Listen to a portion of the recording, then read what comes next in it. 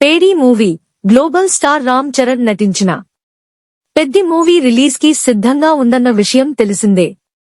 ఈ చిత్రం నుంచి తాజాగా రిలీజ్ అయిన సెకండ్ సింగిల్ రై రై రా రా పాట విడుదలైన వెంటనే దేశవ్యాప్తంగా సంచలనంగా మారింది. రామ్ చరణ్ గతంలో నటించిన game changer movie box office వద్ద average talk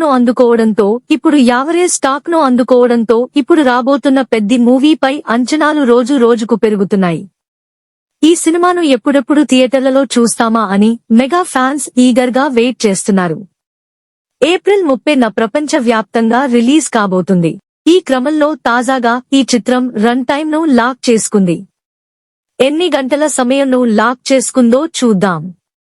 Peddi run time lock ఎంతంటే తెలుగులో ఈ మధ్య 3 గంటల నిడివితో మూవీలు వస్తున్నాయి. బాలీవుడ్ లో గతంలో వచ్చిన యానిమల్ మూవీ వచ్చి బిగ్గెస్ట్ హిట్ గా నిలిచింది. ప్రస్తుతం దురంధర్ 2 మూవీ కూడా భారీ రన్ టైంతో రాబోతుంది. ఇదే క్రమంలో పెద్ది కూడా భారీ రన్ టైంతో వస్తోందనే ప్రచారం మొదలైంది.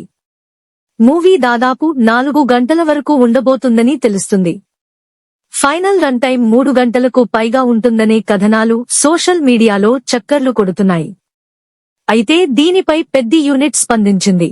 ఇప్పటివరకు ఈ మూవీ మొదటి భాగం రన్ టైం మాత్రమే లాక్ అయిందని, రెండో భాగం ఇంకా షూటింగ్ దశలోనే ఉందని తెలిపారు.